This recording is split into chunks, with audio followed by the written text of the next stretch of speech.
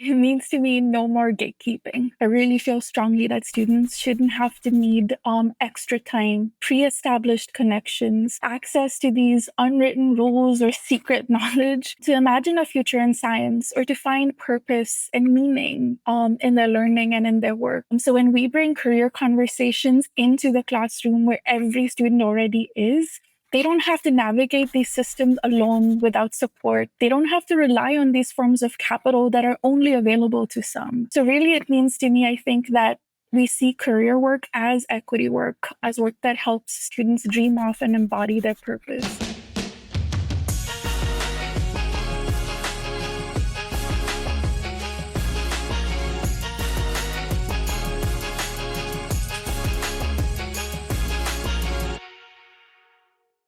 Hey everyone, welcome back to the Career Everywhere podcast. I'm your host, Meredith Metsker, and today I am joined by Krysta Foster and Shahnaz Masani, both from Michigan State University. Krysta is the Associate Director of Career Services for the Lyman Briggs College, and Shahnaz is an Assistant Professor in the Lyman Briggs College and the Physiology Department. Thank you both for being here. Thanks so much for having us. We're excited to be here. Yeah, I am so excited to talk to you both today about how you are integrating career exploration and skill development into the core science curriculum there in the Lyman Briggs College at Michigan State. And as we all know, the more we can integrate career into curriculum, the more accessible it is for every student, regardless of their background or circumstances. But, sometimes it's hard to know where to start or how to partner with faculty to make it happen, which is why I'm especially excited to have you on this episode, Shahnaz, to provide that faculty perspective here. And I know you and Krysta have built a really strong partnership and done some really innovative work for your students that I think could serve as a template for our listeners on this podcast. So I am excited to dig in. Before I get into my questions about our topic, is there anything else either of you would like to add about yourselves, your backgrounds, or your roles there at Michigan State? Yeah, so we can share a little bit about Lyman Briggs. We're going to spend the next hour talking about us and our work, so I figured it would be appropriate for us to kind of set the stage. So Lyman Briggs College is one of our residential colleges at Michigan State University. We're mostly STEM majors, so lots of students who are going into the sciences, be that in pre-med, be that into PA school, nursing school, but then certainly research in all different areas, right? Both human biology research, plant, animal, all of those things.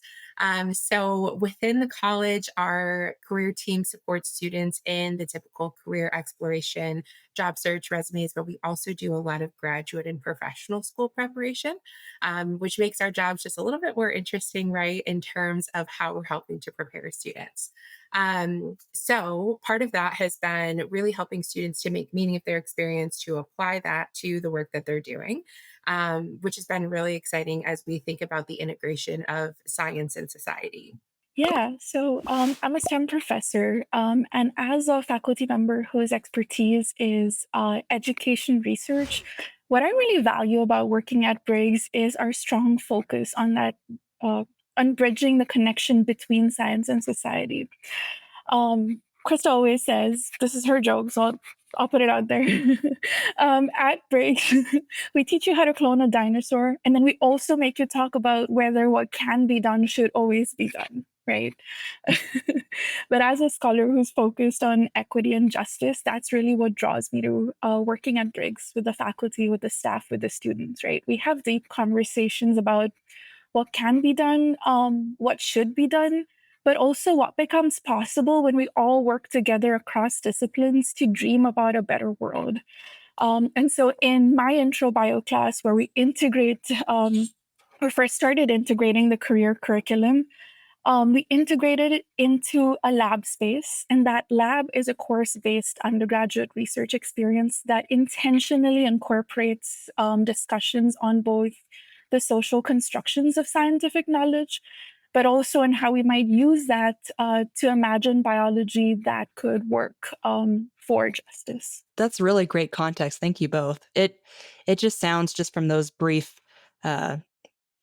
pieces of context you just shared, that the college is just generally collaborative already and really thinking beyond the silos, like just career or just curriculum. It's really integrated with both. So sounds like it's very fertile ground for some of the things that we're going to talk about today. But before I get into the more specific questions, I do want to kick us off with a question I ask all of our guests here on the podcast.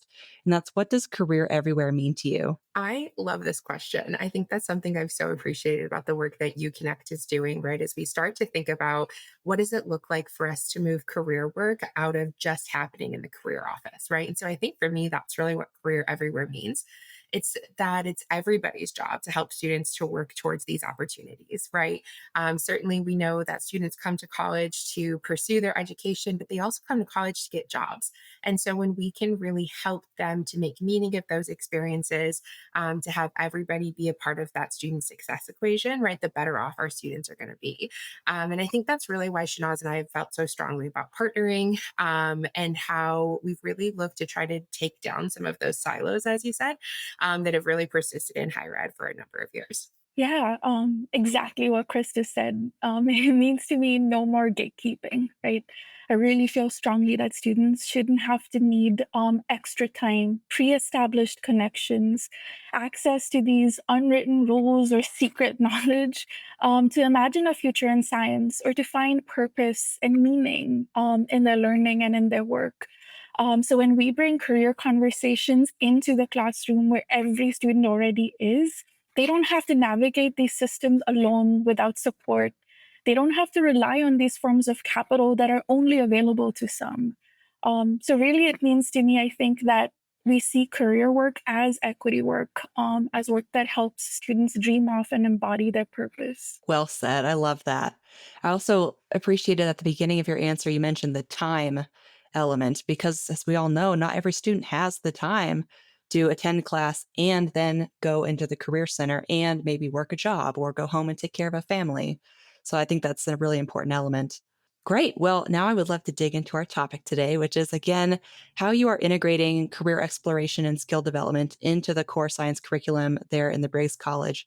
So, to set the stage a bit, can you walk me through what this integration looks like and what the initiative entails? Absolutely. Yeah. So, as we're talking about Lyman Briggs throughout our conversation, we might refer to it as Briggs or LBC, or we even call our students and alumni Briggsies. So, if you hear us kind of toss Love those it. terms in, just wanted to give that like friendly shared vocabulary.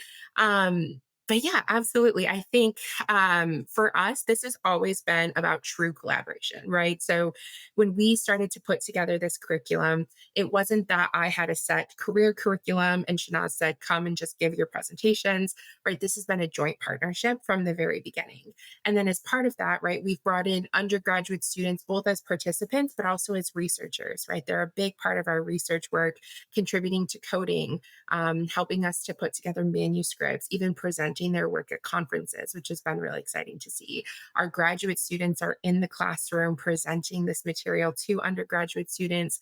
We pull in our alumni and development team who help to bring alumni into our spaces. We bring in community partners, we bring in employers, right? And so when we were talking about this earlier, I was like, oh my gosh, we're not just career everywhere, we're career everyone, which is really fun. Yes, I love that. Yes. So our work, we call it the In Real Life Lab, so IRL. And really just kind of this idea, right, that we wanted to help students to imagine their careers in real life, to help them define those outcome expectations, but also just to see how it fit within the context of their disciplinary learning, right? If we're talking about science, we should also be talking about how you're going to use that science in your future career. And so I think the key piece of this is really that these aren't add on modules, right? They're thoroughly integrated into the course.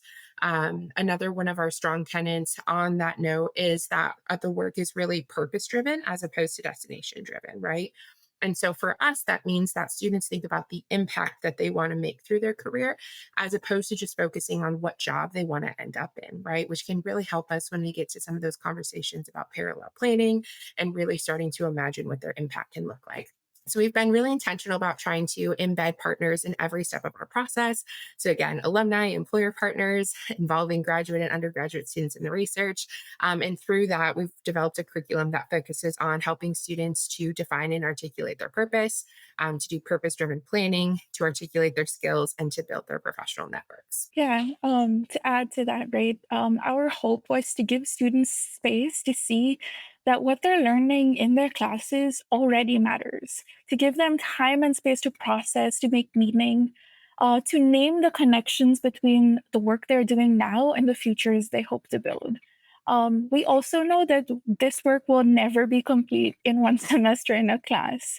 And so we really intentionally brought in career staff and our grad students to implement, to teach the curriculum. This is intentional because it both helps us build a bridge to resources outside the classroom, right? Our students say over and over again, we know them, so we'll go to them. And also, by bringing in grad students and early career professionals, right, we are training the next generation of leaders so that then when their staff, when their faculty, they won't imagine siloed spaces because they've seen what a de-siloed space can look like. That is an excellent additional perk. I'm really Mhm. glad you brought that up. But yeah, I mean, that it is literally training the next generation of higher ed professionals. Which has been so exciting to see. So, the graduate program is something we launched this year from a grant from the American Association of Colleges and Universities and the Lumina Foundation. And what's been really unique, I think, about that grad space is we bring in students who are in the Student Affairs and Education master's program at Michigan State, but we're also bringing in graduate students, both master's and PhD, from the science programs. So, truly creating that de-siloed space and that they're learning from each other as much as they're learning from us. So we had a couple of our grads graduate this year, and they've talked about what an integral piece of this of their job search this experience has been, so that they're able to share what it looks like for them to collaborate with campus partners. And then we've also been able to pull them into the research elements, which has been really exciting. I love that. Talk about scaling impact. It's like this little ripple Yes, effect. I love it. Mhm. absolutely. So I would love to hear more specifically what these, did you call them modules, or like what those look like and how they are spread out throughout the semester, just kind of some of the more logistics on how you make that work. Yeah. So we focus again on those four areas, right? So purpose articulation and definition, purpose driven planning, which includes both primary career plans, but also parallel career plans, which is really important for students in the sciences, right? Because in the sciences, we don't always know what all of our options are. So that from there we move into skills articulation and then helping folks to build networks. And so I would say that we're in the classroom with students about 9 to 10 weeks out of the semester for about an hour. Shanaz gets them once a week for about 3 hours in that lab space. Yeah, so a really great chance for us to get to integrate with the curriculum that they're already doing. Okay. So it's throughout the whole Yeah. semester, like hour at a time. It absolutely is. Yeah. And so we've really tried to make sure that even though each module or each lesson plan, right, is different, that they all are purpose driven, right? So really thinking about that impact again, that they're all really active too, right? So as Shanaz mentioned earlier, right, this piece about being able to help students create the time and space for this work by giving them that time and space in class, right? That's a huge piece of this access work, is making sure that we're allocating time, and then also that they're doing it at a time where the career staff, where our graduate students are in class with them, so that they're able to help answer some of those questions. And I think the biggest piece of this is that we've really tried to focus in on making sure that we're helping students to develop their self efficacy, right? So thinking about how we build their confidence in executing specific tasks. And so, in the research, right, in the literature, we see four main components of self efficacy. And so, those are mastery experiences, right, where students get to try something and actually do it, vicarious experiences where they're learning from other people, verbal persuasion, where they're kind of getting that validation that they're developing that skill, and then finally that social emotional state, right, where they feel that confidence, they feel that joy, that they're able to really execute this. So if we were to think about like how that looks in one of our modules, right, I would say our interview module is the one that's always the most fun.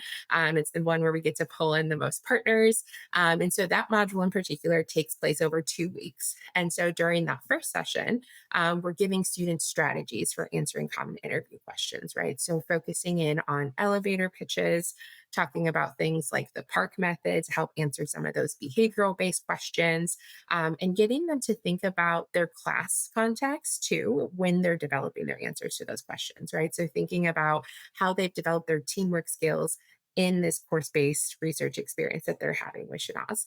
And so after that, the following week, we bring in employers. And so the employers first sit on a panel where students are able to learn from them, hear a little bit about what they're looking for when they're interviewing entry level candidates.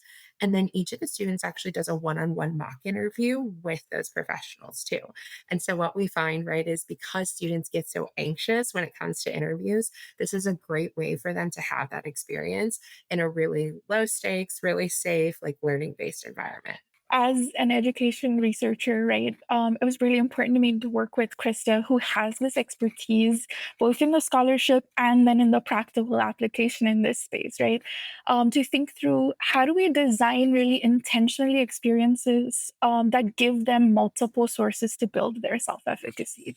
Because what we know is that even when students have the knowledge, have the skills, they may not be engaging in those experiences unless it's also paired with that confidence, with that self efficacy. And so you can see in the design, right, that when Krista and the folks come in and they give them these strategies, we scaffold their learning. And then they immediately apply that scaffolded learning in those mock interviews. And that's giving them an opportunity to have that mastery experiences. I did it, it wasn't so bad.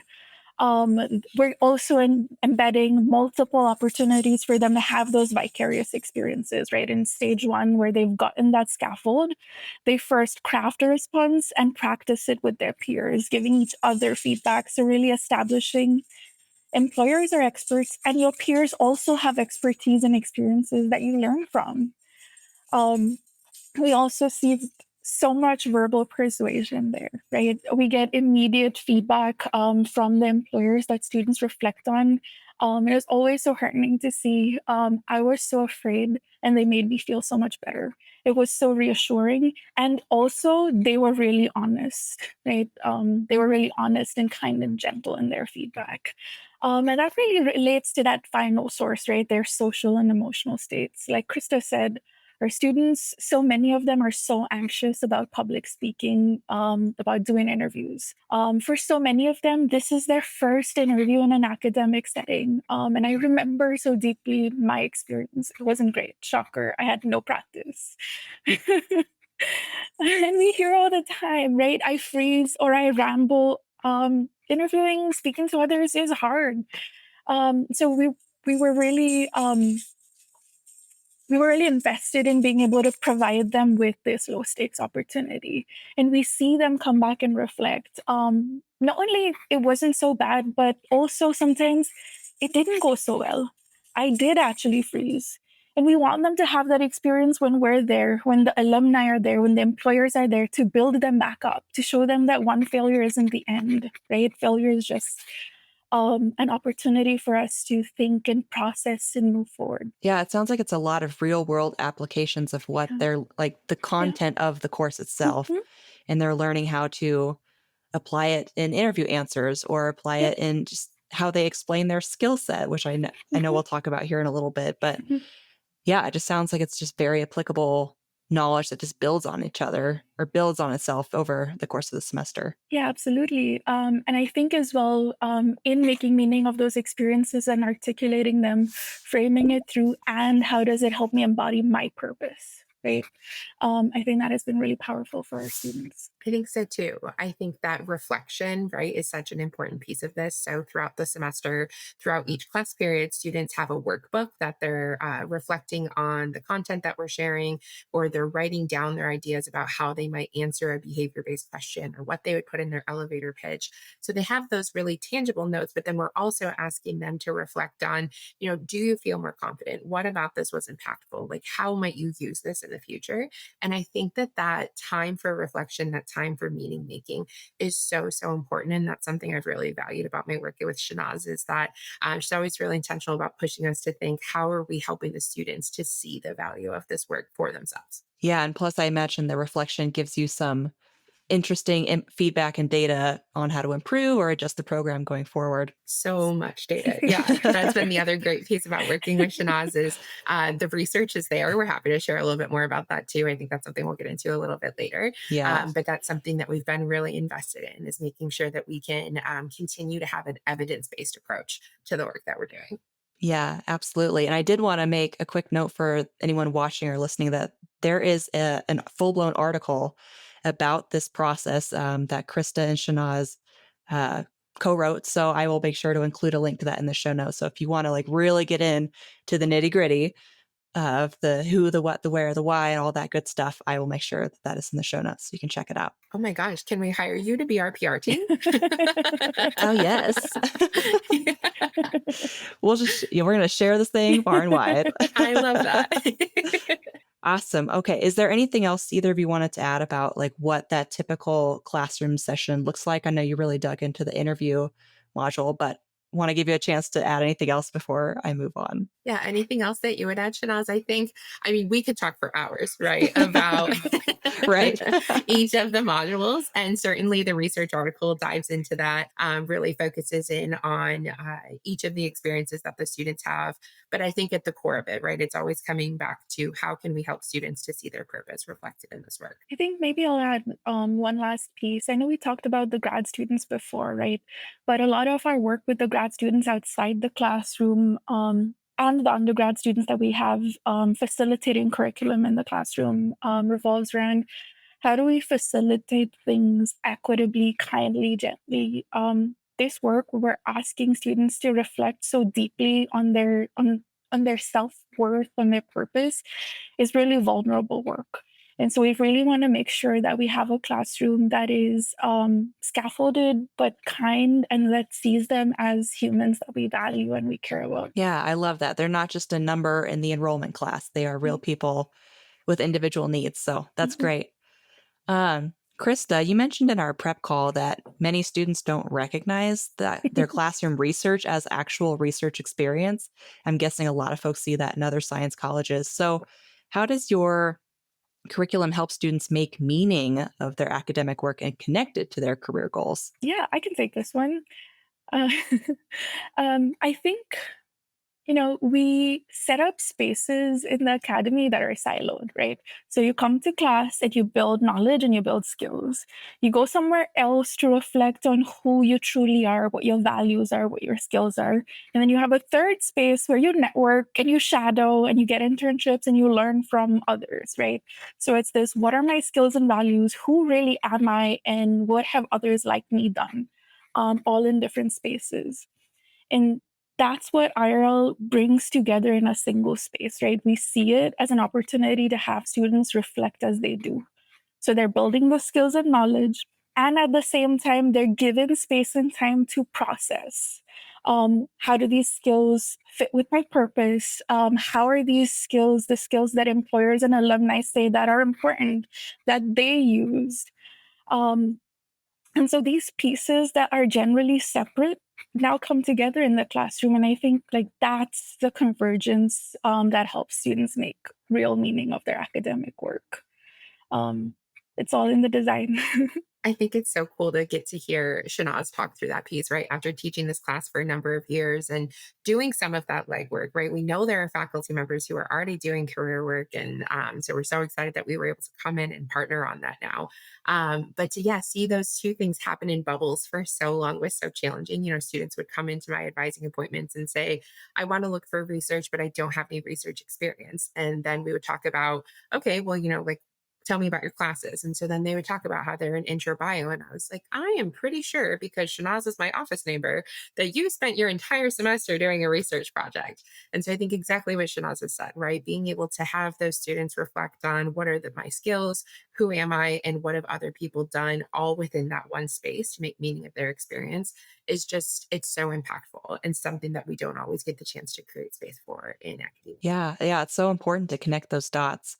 I was reflecting on my college experience, and I think I got lucky in that I mean, it was my second major, but I eventually switched and landed in journalism, which ended up being a good fit for me. And I remember getting butterflies on the first day of my reporting class because it just felt so perfect for me. But I probably could have gotten there a lot faster if I had had access to all of these things in one place, this kind of life design thinking concept. I think so too. I started college as an architecture major and ultimately found my meaning in my student organizations, right? And even for a long time, I thought that that was just because I liked planning and I liked putting together events. And so I decided to switch my major to business. And eventually, right, I got to the point where I realized what I actually loved was getting to help other students, right? To getting to help people, classic eldest daughter here, right? Helping profession, helping Yep. profession bound. But I think you're absolutely right, right? And it's about making meaning of those butterflies that you mentioned, right? Because I think that oftentimes when we find the right thing, we can feel it. And it's hard to describe that feeling to other people, right? And so I think IRL is also built to kind of define like why those butterflies happen for you and what that impact is that you want to make because of it. I would love to dig into the origin story of the IRL curriculum. I think if I recall correctly, it started as a break room conversation and has now become this fully embedded program and super successful. So can you just talk to me about what inspired the in real life curriculum? Yes, I have to say that this is always such a fun question because it almost feels like getting to revisit like the origin story of our friendship even. Oh, I love it. Because we knew each other, we like were connected to a lot of the same folks. Obviously, we worked in the same college. I started during COVID. So I had started in February of 2020, and so it took me a little bit longer to get to know folks in the college. But yeah, I always love revisiting this because it feels like our friendship origin story. Both our friendship and the work we do together has really grown and sustained because I will go to Krista about, I want to say like once a week with an absolutely wild idea. And every single time, Krista will just look at me and be like, let's go. How do we make this happen for you? It's funny because it's true. Yeah, I think it really started when Krista came into a community meeting during COVID. We were all siloed. And I think what really stuck out to me is she had so many entry points for the ways that she was willing to work with others. She came in with three really explicit offerings. So she said she could come in and maybe do async modules, so just provide some stuff for students to work through. Or she could come in for one or two classes in the semester and work with students with a pre built curriculum. Or she'd be willing to collaborate with somebody to dream up something new together. And that really spoke to me, the willingness to meet you where you're at. That's so funny. Yeah, I remember that conversation or that community meeting. And then, yeah, what I really remember is that break room conversation probably a couple days later because we were finally back on campus and things were happening. And we were just talking about, again, right, this piece about Shahnaz saying students get so many skills in my class, but they don't really seem to know that they gain these skills in my class, right? And I was like, that's funny you say that because I always have students who come to me and say that they don't have any research experience, but I know that they do.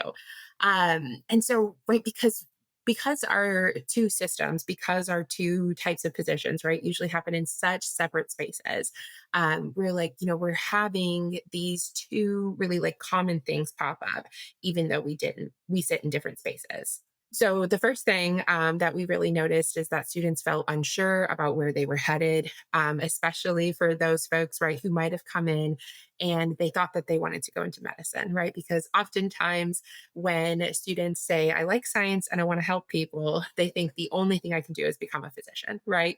And we know that that's not true. But so many of the jobs in science happen behind the scenes that sometimes they need a little bit more help to explore what those things are, right? And to get that exposure. And so that was kind of question number one, right? Was how do we help students to navigate those different types of career paths? How do we help them to make meaning of their experiences, to think about the problems they really want to solve before they hit that moment of crisis, right? Because the other thing we were seeing was that students were really struggling once they decided to change their mind because they had already attached so much of their identity to their major, to their future job. And so I think that that's something that we've both really learned from this process is that career work is so vulnerable, right? And because of that, it becomes so much more important to have students make meaning of their experiences and to be able to talk about it so that they can continue to make active decisions about their career path, right? And so that we can really meet them with that kindness, both in the classroom and in our advising appointments. So once we had kind of thought through those pieces, we spent the whole summer building a curriculum, hours and hours in Starbucks, or there's this really great little bookstore in Lansing called Hooked that we do most of our collaboration at. Shout out to Hooked. We would sit there for hours just building the curriculum. And again, it was such a joint effort, right? It was bringing in what we knew students were doing in their class because Shahnaz was able to share that with me. And then I was able to bring in my expertise to say, given that these students are in their first or second year, here are some of the conversations we'd love to be having with them. And so we were able to really, set that baseline of curriculum together. And we're also super grateful that we've had really great support from our community. So at Lyman Briggs, our associate deans have an innovation fund. And so they were able to help fund our undergraduate researchers who are going to be part of this work, right? As I said, that research piece has been so important so that we can continue to make sure that what we're doing is evidence based. And so having that investment from our leadership team meant so much.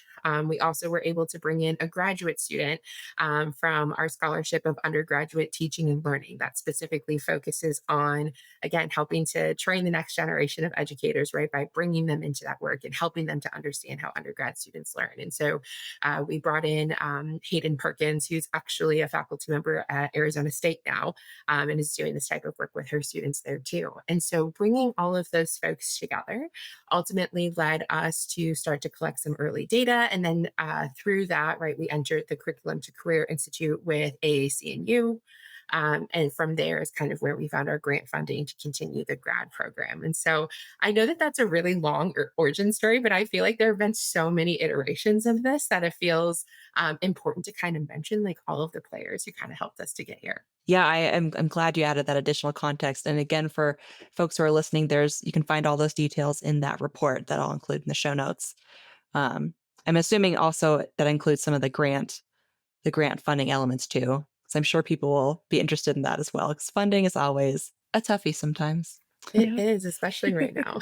Yes, yeah, exactly. I would love to dig more into your partnership. So you've obviously built a really collaborative partnership between, the Career Center and you, Shahnaz, as a faculty member.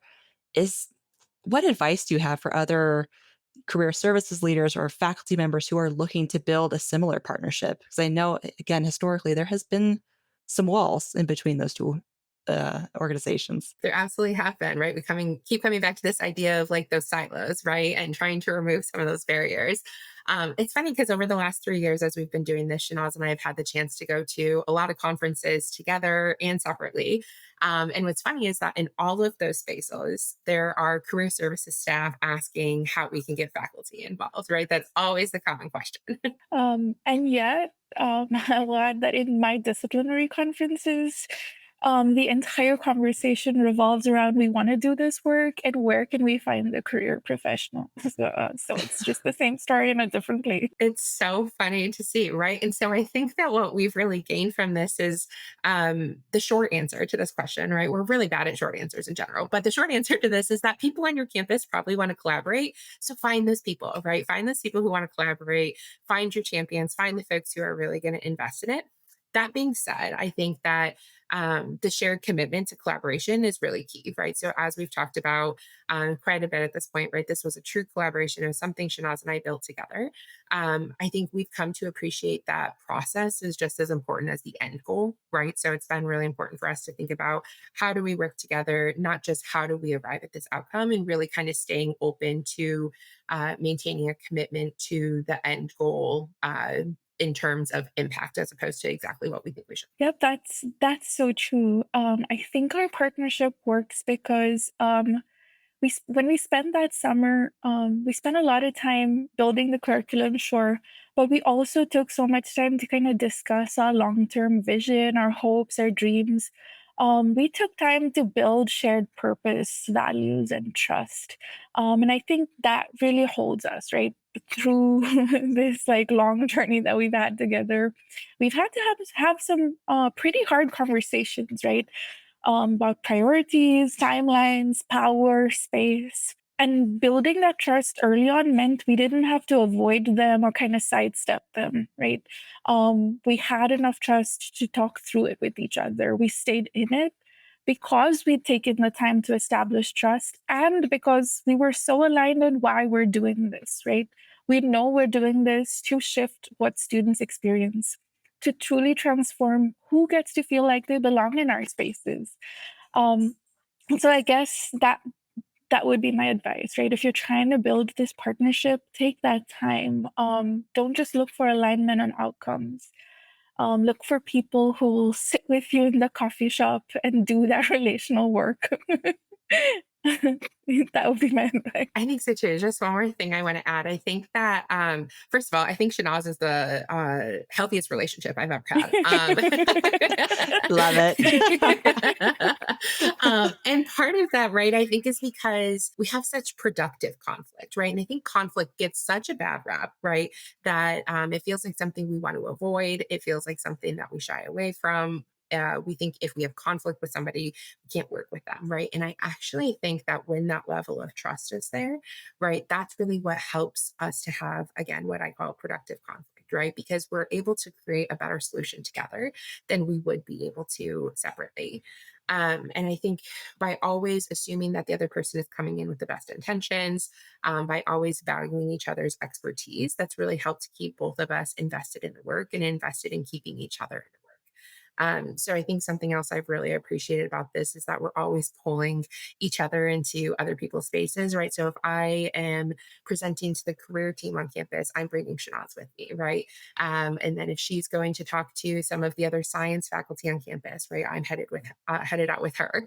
I think, on that note, today either one of us could have probably done this podcast and hung out with you, Meredith, and had a super great time.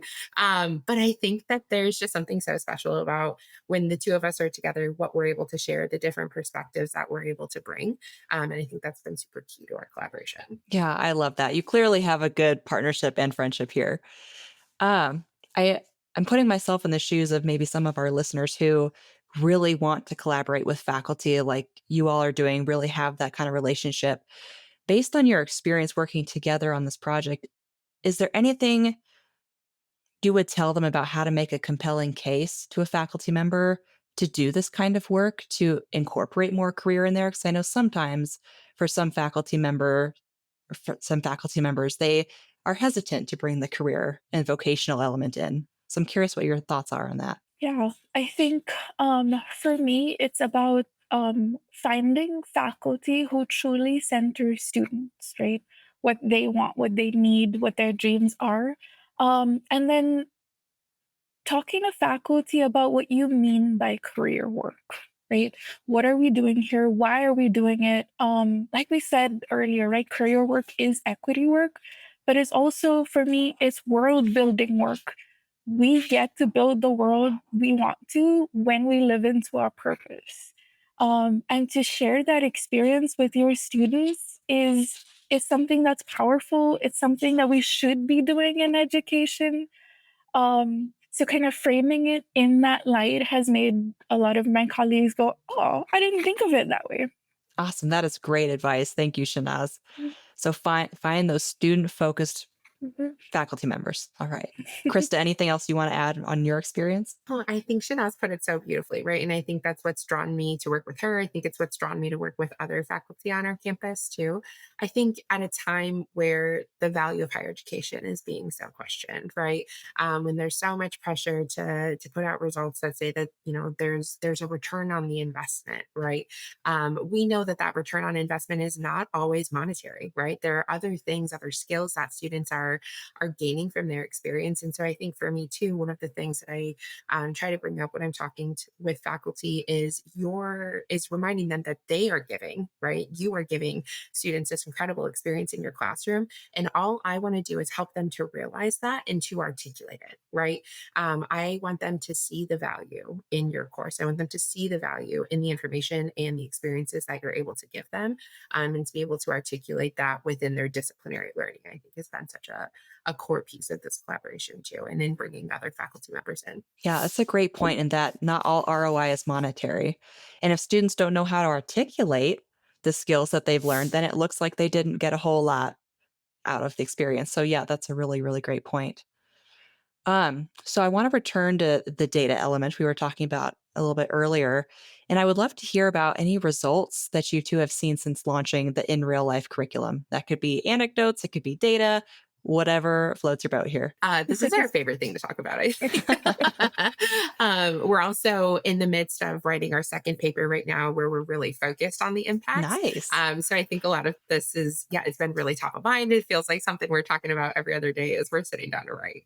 Yeah, so we found, of course, the most basic level that students will say that they designed their career plans, both primary and parallel, directly in response to this, right? So that really tangible piece, they designed their resume, they had interview strategies directly as a response to this class.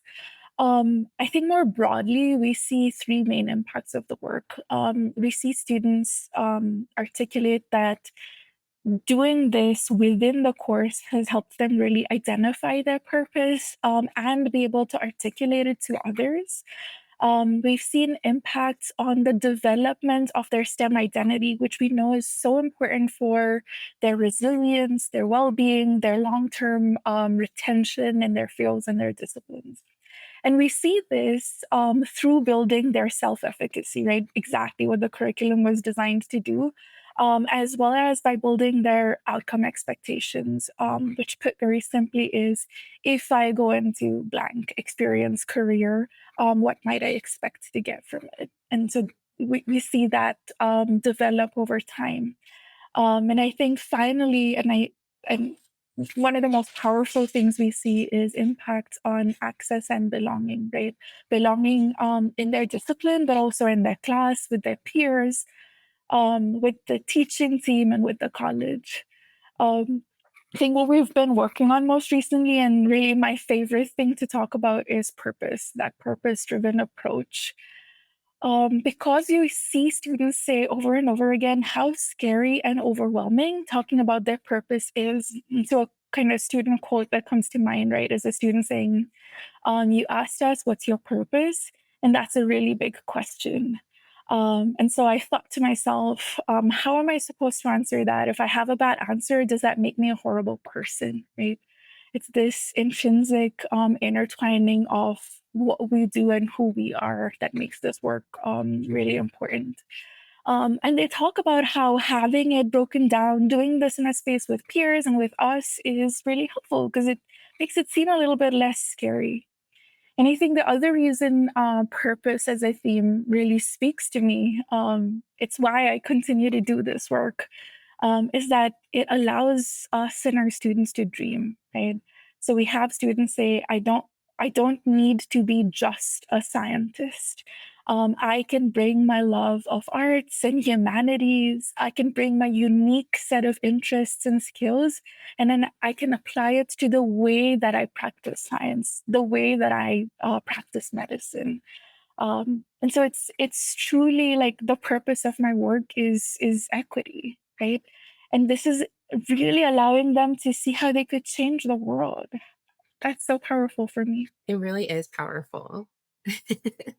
I think getting them to see it on both like a large and small scale is so exciting, right? You get those moments where a student says, I learned about genetic counseling as a career, and I didn't even know that that existed before this class. And now I'm excited to pursue that. And then you also get the students who say, oh, I interviewed for a research job last week and I got it. And I actually used all of the bark examples that I developed in class, and I used my elevator pitch that I practiced during our mock interviews. And so those wins, big and small, right? Just again, like that equity piece of getting to see so many students have that experience is so exciting. I think related to the equity piece, right, the sense of belonging that this work invokes is something that maybe we didn't expect from the very beginning, right? We see students connecting even over the fact that maybe they don't know what they're doing, right? I think especially in a science and pre-med space, there's this assumption, there's this culture that everyone else knows what they're doing. And if I don't know, I must be the only person.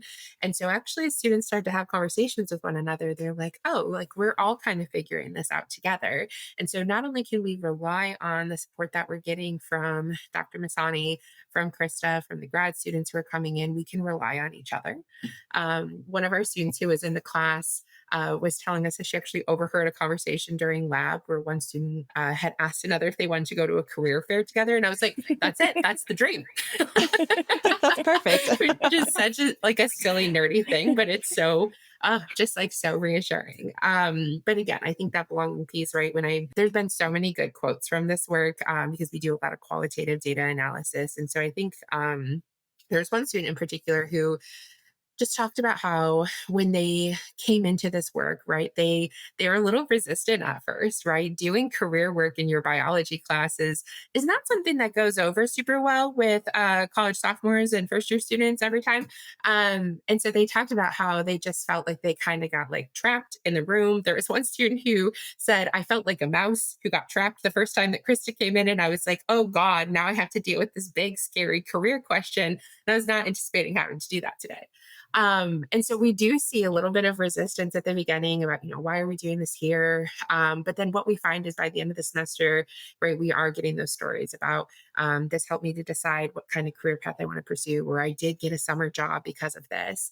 But more importantly, they talk about how supported they feel, right? And so they talk about how from the teaching team, right, they feel like we were really able to guide them through those processes, that they didn't have to do it alone. That extra effort really made an impact with them, and that ultimately the kindness that we approach the work with is so integral in the way the students receive it, right? And so I think career work is often seen as maybe like cold and unpersonal, and so I think keeping that sense of vulnerability and kindness at the center of this has been really important in terms of developing that sense of belonging. Plus, we have multiple folks who have, I think, verbatim said, I'll go to Krysta because now Krysta knows my name. Right? We forget how big our universities like Michigan State are. It's scary to go into a place where nobody knows who you are. Now I have the cheer theme song stuck in my head. Oh, where everyone knows your name. Yes. So cute. But I think that's a really important point, though. So, I mean, obviously, what you're doing has been really successful so far. But I would love to hear, looking ahead, what are your goals for the in real life curriculum? Are you hoping to scale it? What does that look like? Would love to hear your thoughts. Yeah, we're absolutely looking to scale it. We've already been able to scale it a little bit.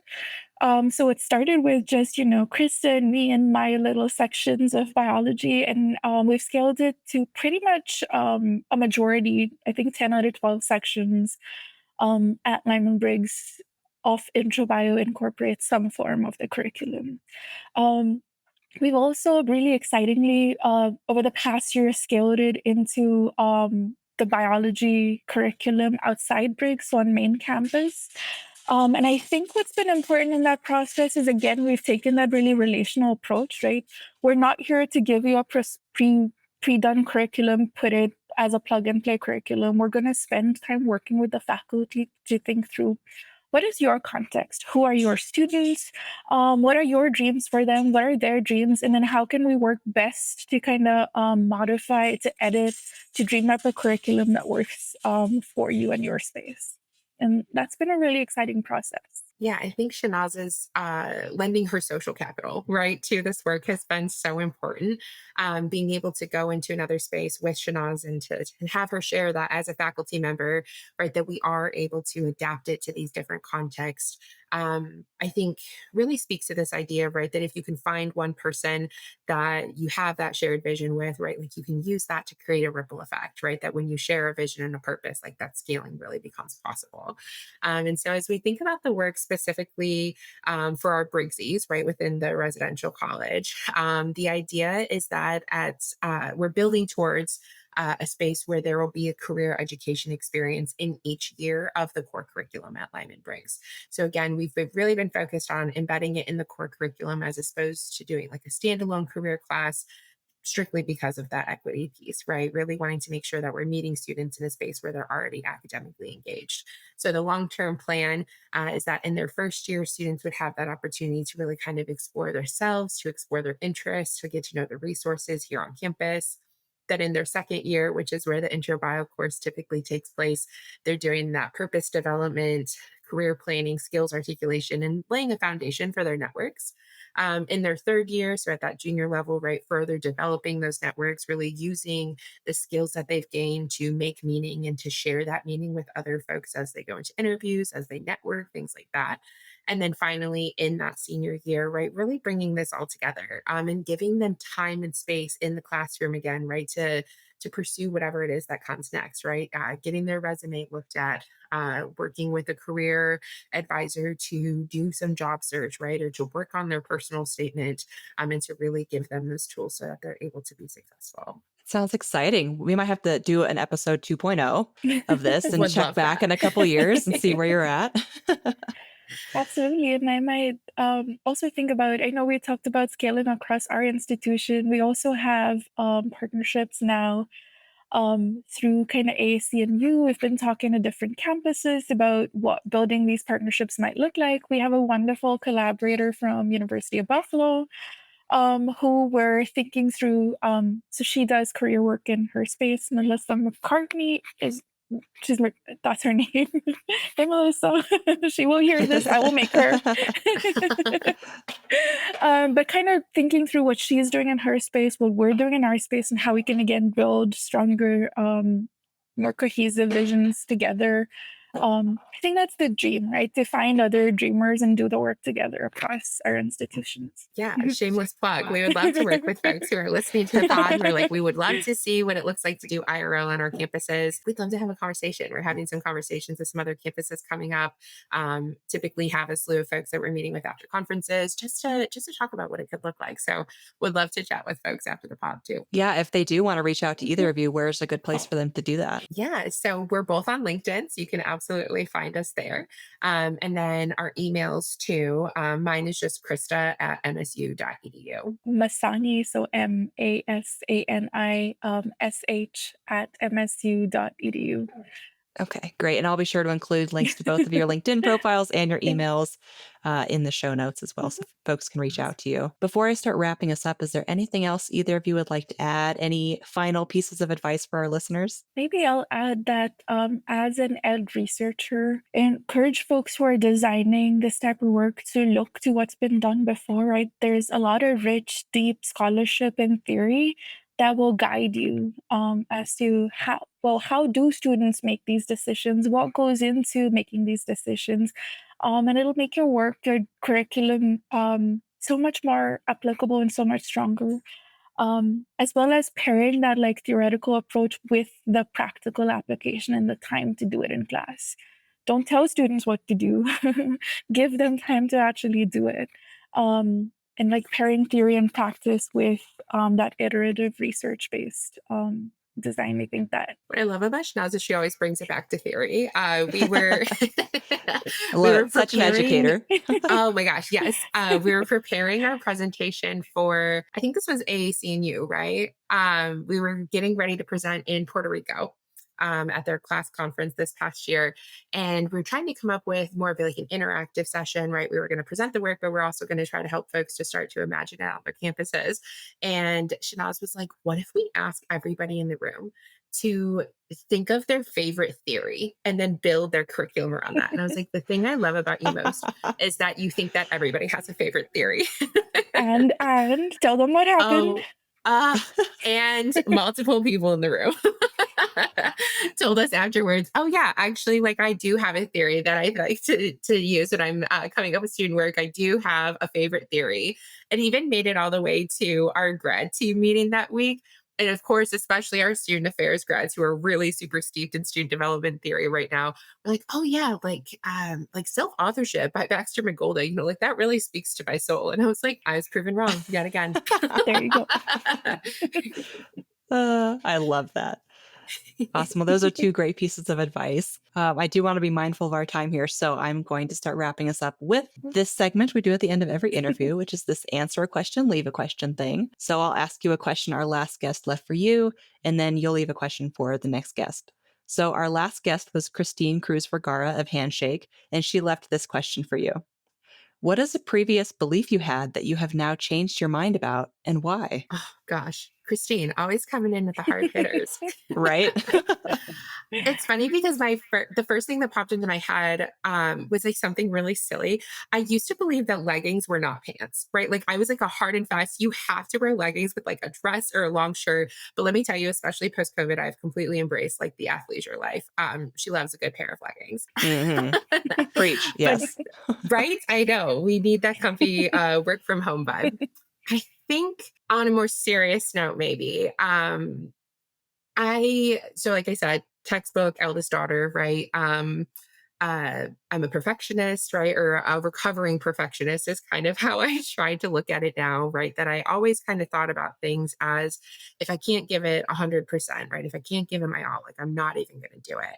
And I think that my own college career and certainly my professional career have taught me that failure is growth, right? That perfect is the enemy of good.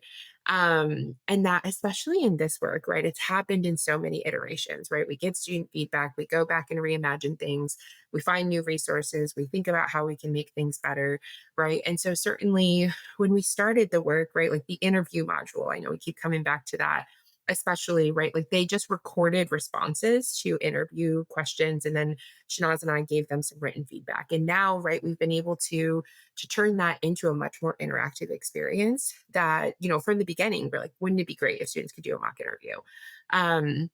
But I think if we had started there and said, okay, well, we're just not going to do interviewing until we can figure that piece out, right? That would have been such a disservice to our students. It would have been a disservice to the research. It would have been a disservice to us just trying to figure out how to make things better. And so I think for me, that thing I've really changed my mind about is that sometimes you just have to try it. It's not going to be perfect. It might be a little bit messy the first time. And that's okay, right? Like your students are still going to learn from it, and you're certainly going to learn from it in terms of like how you can make it better. I love that. It's like applying the scientific process to real life. Yes. Hypotheses exist for a reason. Absolutely. Yeah. Well beyond the laboratory. I guess I'll first just share that I was always on the legging trend as a 90s baby. And She was an early adopter. Yeah. And I will advocate to bring those like really colorful patterned ones back from the 90s. But I'll move on. I'll move on from that. I think when I saw this question, a really specific incident came to mind. I think it was a couple of years ago now, really early into our friendship. Krysta and I were having this pretty casual conversation where we disagreed on something. It was by a text. I don't even actually remember what it was about. It was probably about beaches and how I said that beaches don't have to be at the ocean. It could have been that. I tried scrolling back, but there were too many texts, so I just moved on with my life. What I remember is, without even thinking, I sent her like 4 citations to be like, look at these 4 things. To show you that I know what I'm talking about. And she just so gently and kindly responded in the way that only Krysta would. And she just said, I would have just believed you if you said it because I trust you and your expertise. And it was such a simple moment, but I keep coming back to it year after year, kind of thinking about it. Because I think I hadn't realized how deeply I had internalized this need to be over-prepared, right? To come with the evidence to back up what you say. I immigrated here for grad school from India. And back home, I just feel like being believed for me, from my personal experience, was just more of a given. But once I immigrated here and I was in grad school in this like hard STEM setting, especially as a woman of color immigrant with an accent in STEM, this reliance became a survival mechanism, right? Prepare yourself twice, have those 4 citations always, then they'll take you seriously.